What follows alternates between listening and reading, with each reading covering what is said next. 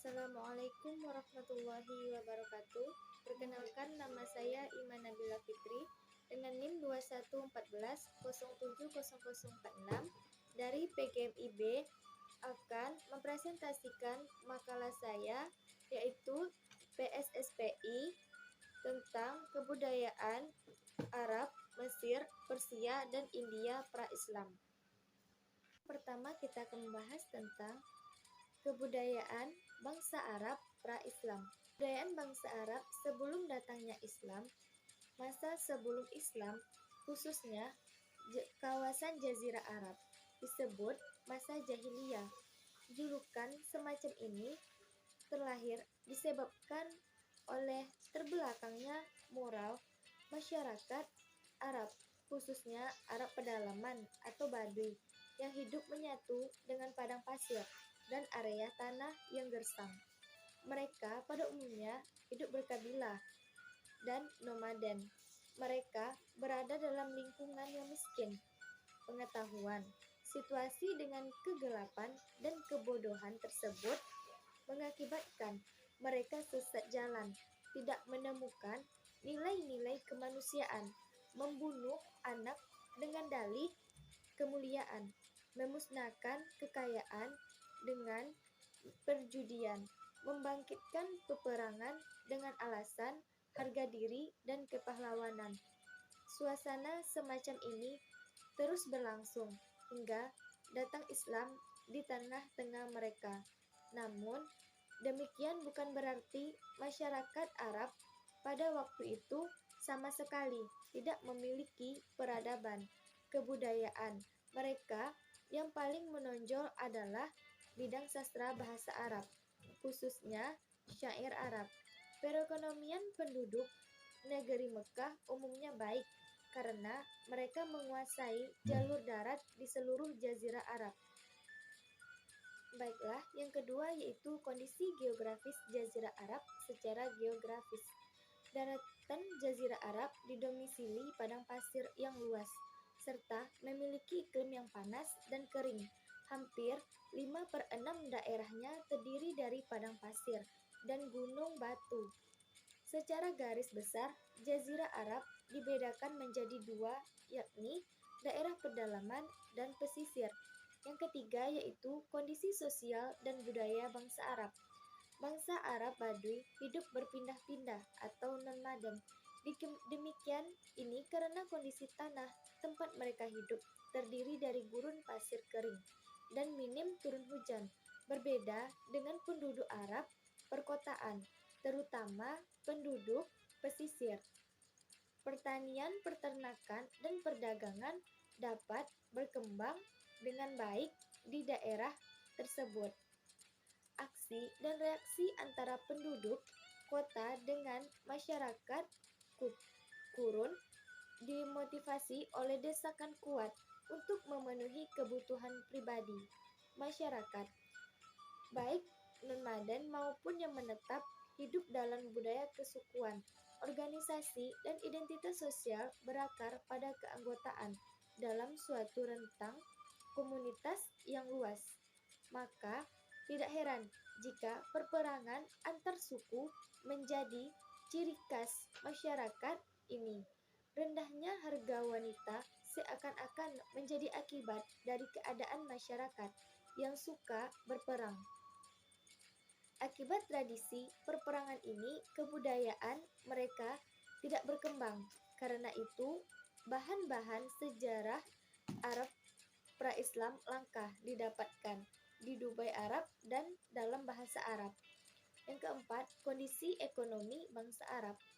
Perekonomian orang Arab pra-Islam yang sangat bergantung kepada perdagangan daripada peternakan, apalagi pertanian. Mereka dikenal sebagai pengembara dan pedagang yang tangguh. Mereka juga mengetahui jalan-jalan yang bisa dilalui untuk bepergian jauh ke negara-negara tetangga. Perdagangan merupakan unsur penting dalam perekonomian masyarakat Arab pra-Islam. Mereka telah lama mengenal perdagangan bukan saja dengan orang Arab tetapi juga dengan non-Arab. Para pedagang Arab Selatan dan Yaman pada 200 tahun yang menjelang Islam lahir telah mengadakan transaksi dengan Hindia, Afrika, dan Persia. Yang kelima yaitu kondisi politik bangsa Arab. Kadang persaingan untuk mendapatkan kursi pemimpin yang memakai sistem keturunan paman kerap membuat mereka bersikap lemah lembut, manis di hadapan orang lain, seperti bermurah hati, menjamu tamu, menjaga kehormatan, memperhatikan keberanian, dan membela diri dari serangan orang lain. Yang keenam yaitu agama bangsa Arab pra-Islam. Penduduk Arab menganut agama yang bermacam-macam. Paganisme, Yahudi, dan Kristen merupakan agama ragam orang Arab pra-Islam. Ratusan berhala dengan bermacam-macam bentuk ada di sekitar Ka'bah. Setidaknya ada 4 sebutan bagi berhala-berhala itu: Senam, Watan, Nasub, dan Hubal. Baiklah, kita akan membahas tentang kebudayaan masyarakat Mesir pra-Islam. Yang pertama yaitu kebudayaan Mesir. Sebagian besar masyarakat Mesir kuno bekerja sebagai petani.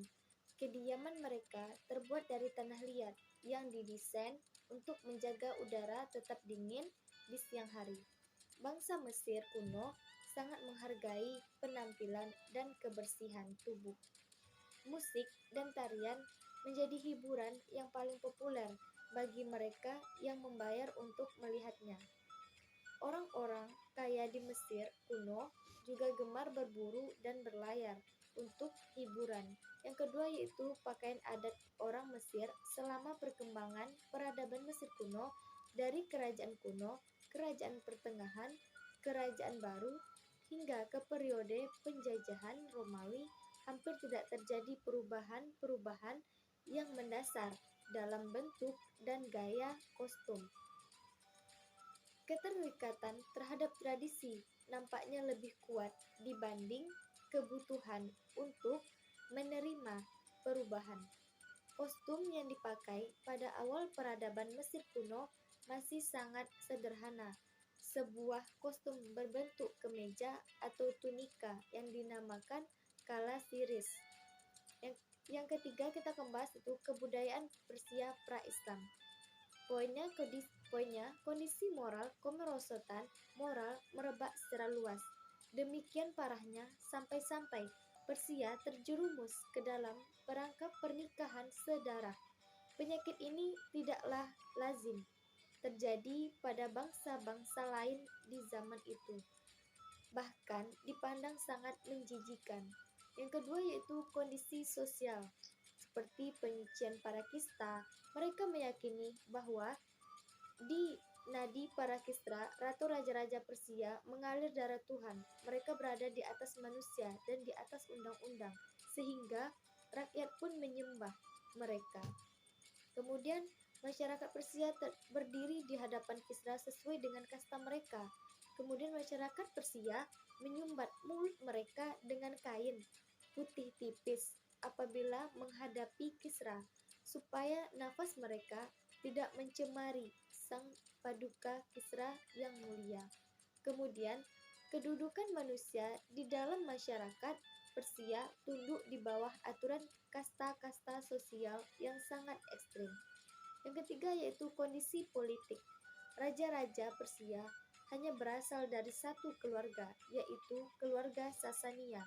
Jika tidak menemukan lelaki dewasa dari keluarga Sasania untuk diangkat menjadi raja, mereka akan mendaulat anak laki-laki yang masih kecil dari keluarga itu sebagai raja mereka.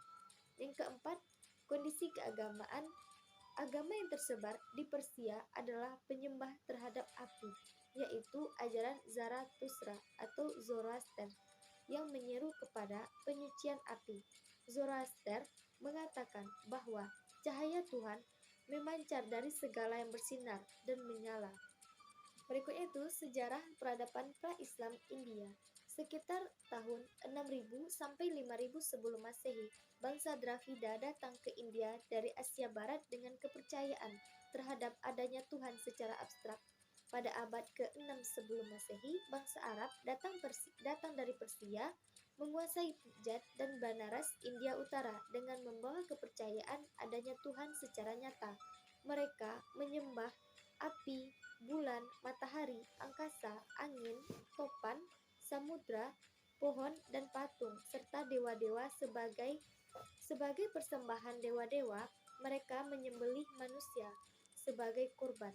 Hampir seluruh raja menganut agama Hindu dan mengambil langkah-langkah untuk kepentingan agamanya. Kondisi sosial yang semacam ini juga tidak bisa terlepas dari sistem agama Hindu yang mempengaruhinya dengan berbagi masyarakat dengan 4 kasta: Brahmana, Kshatriya, Waisya, dan Sudra. Bangsa Arya termasuk 3 kasta yang tertinggi, sedangkan orang Dravida dimasukkan dalam kasta Sudra. Di luar keempat kasta tersebut, masih terdapat lagi satu golongan besar. Nasibnya sangat menyedihkan, yaitu golongan paria. Mereka tidak masuk dalam apa-apa. Secara umum, rakyat menikah di antara kastanya masing-masing dan perkawinan antar kasta jarang terjadi. Poligami banyak diterapkan dalam masyarakat, tetapi kaum wanita tidak dibolehkan menikah untuk kedua kalinya. Baiklah, mungkin sekian presentasi dari makalah saya. Saya akhiri dengan Assalamualaikum warahmatullahi wabarakatuh.